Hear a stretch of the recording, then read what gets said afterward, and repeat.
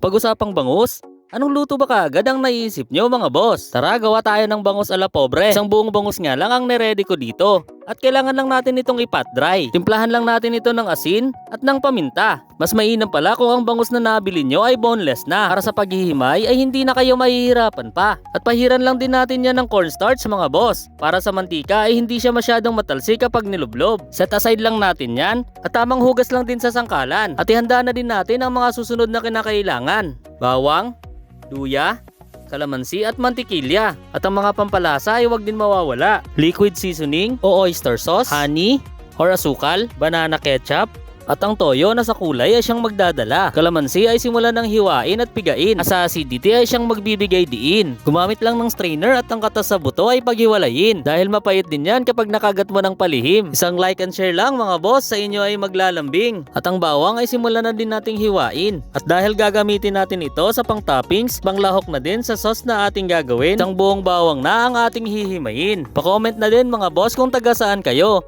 para nalalaman ko din kung saan umaabot ang video na to. At huwag nyo din kalimutan mag-follow para updated kayo sa mga susunod nating video. Next, ay gagamit din pala tayo ng luya. Ang luya ay siyang magtatanggal ng lansa at babalanse sa lasa. Umpisahan na natin silang pagsama-samahin. 2 kutsarang toyo, 1 kutsarang liquid seasoning, 2 kutsarang banana ketchup, at pwede pala tayong gumamit ng asukal o 1 kutsarang honey mga boss. At sunod na rin natin ng luya at 3 kutsarang kalamansi. Kasunod yan ang 2 kurot na paminta na huwag mawawala. Haluin lang sila at 1/2 cup na tubig ay idagdag pa. Dahil dahan-dahan ang ating sabaw ay kailangan i-reduce. Pero bago natin iprito ang ating bangus ay unahin na muna nating tustahin ang ating bawang mga boss. Sa pagtusta nga pala ng bawang ay dapat ang inyong apoy ay talaga namang marahan. Dahil masusunog yan kapag inyong idinaan sa pabiglaan. Pag ito ay medyo tostado na, ay atin na itong hanguin o ang mantika ay atin nang salain.